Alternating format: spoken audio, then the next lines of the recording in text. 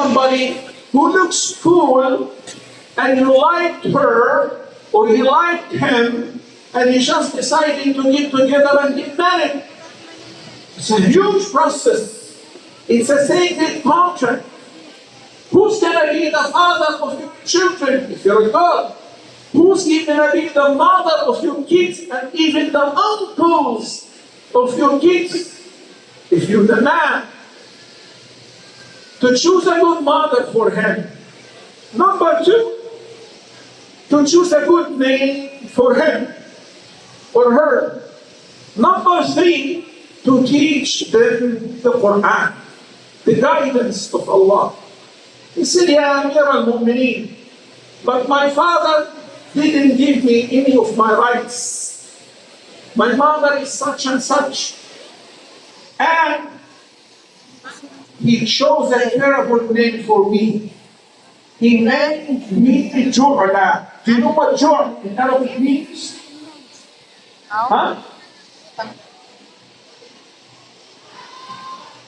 Ju'la means a cockroach. Do you know why some people choose terrible names for their children? I'll tell you why. Because they fear of hasad, of evil eye and envy. So they think by giving my child a bad name, a name of an insect or an animal, people will not give him a bad eye or an evil eye. Terrible! So he named him a cockroach, and he did not teach me anything of the Quran. Upon that, Umar ibn al-Khattab turned around and he looked to the man, the father who came to complain, and he said, عَقَبْتَهُ فَعَقَبْ. You deprived him from his rights, and that's why he's being undutiful to you. When you plant watermelon, you're going to collect and harvest watermelon, not coconut. You only harvest what you plant. So before you dare to ask about your rights, you should shoulder your responsibility. What goes around comes around. Anyone among us, if you're not being dutiful to your parents, if you're not treating your parents kindly, out of respect and love, I assure you, wallahi, your children will mistreat you the same way. That's a payment. If you like, once, when I was teaching a class in the USA in Texas, in a city called Corpus Christi, one sister was complaining about her mother-in-law. She said, I cannot tolerate her. She's an old woman. My husband is a businessman, he's very busy. So she stays with me all the time, and he's the only son to look after her.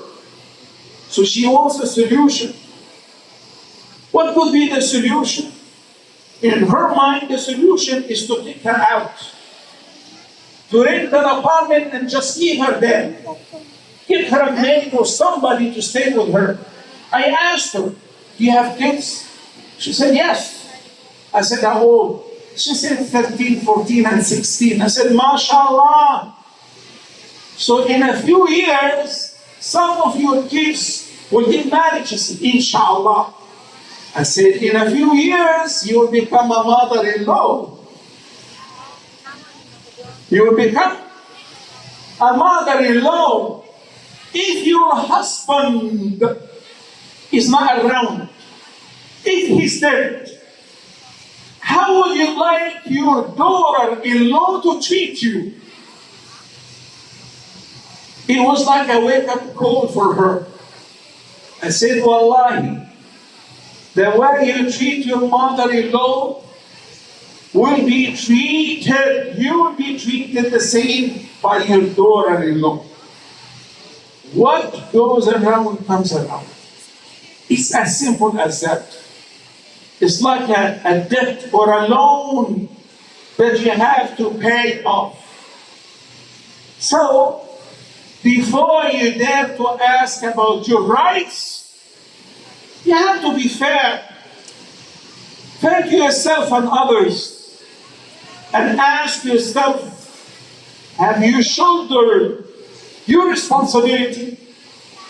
Did you fulfill your duties towards others? Or you're only demanding your rights? Subhanallah, look at the perfect balance in the Quran.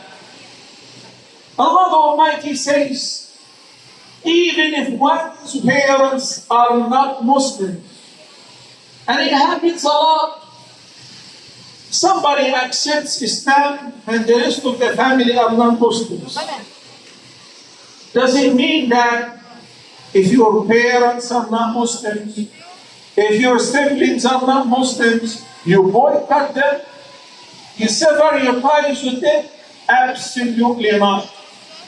Rather, on the contrary, the Almighty Allah says, وَإِنْ جَاهَدَاكَ عَلَىٰ أَن تُشْرِكَ بِي مَا لَيْسَ لَكَ بِهِ عِلْمٌ فَلَا تُطِعْهُمَا وَصَاحِبْهُمَا فِي الدُّنْيَا مَعْرُوفًا.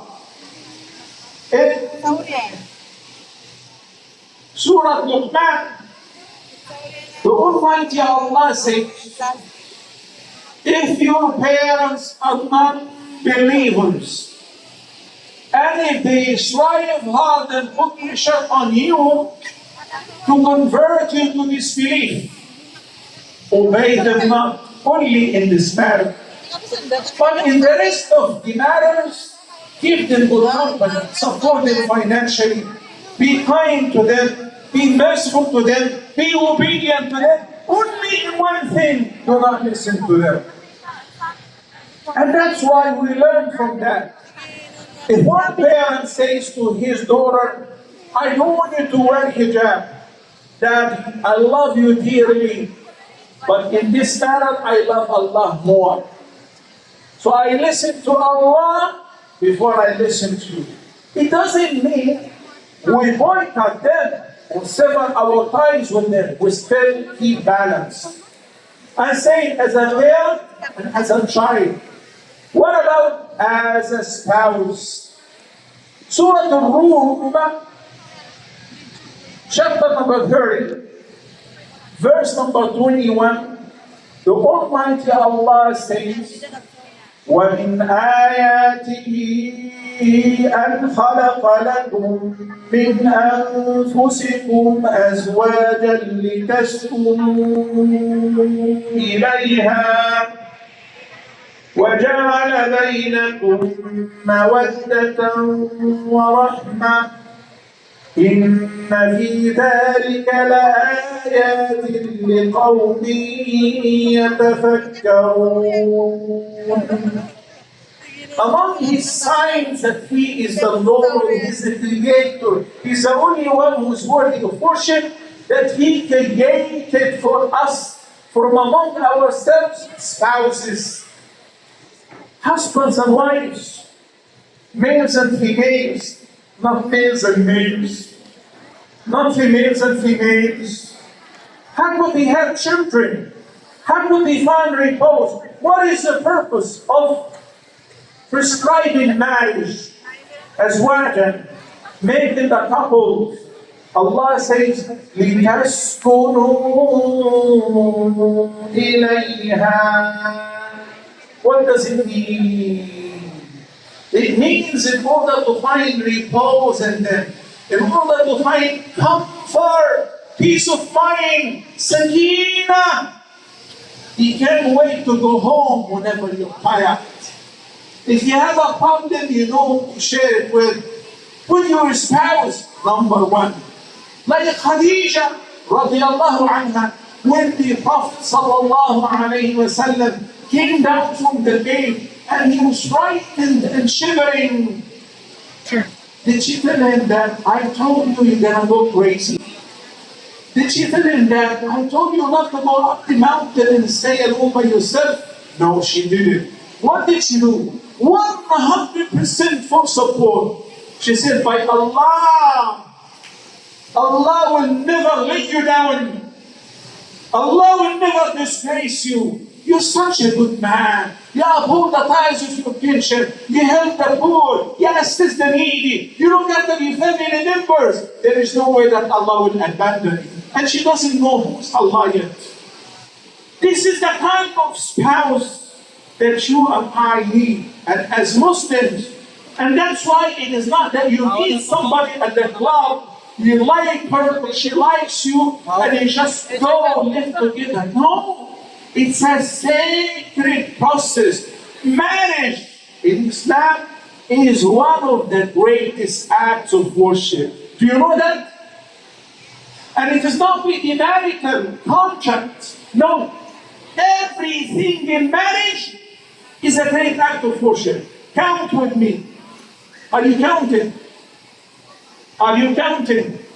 Number one,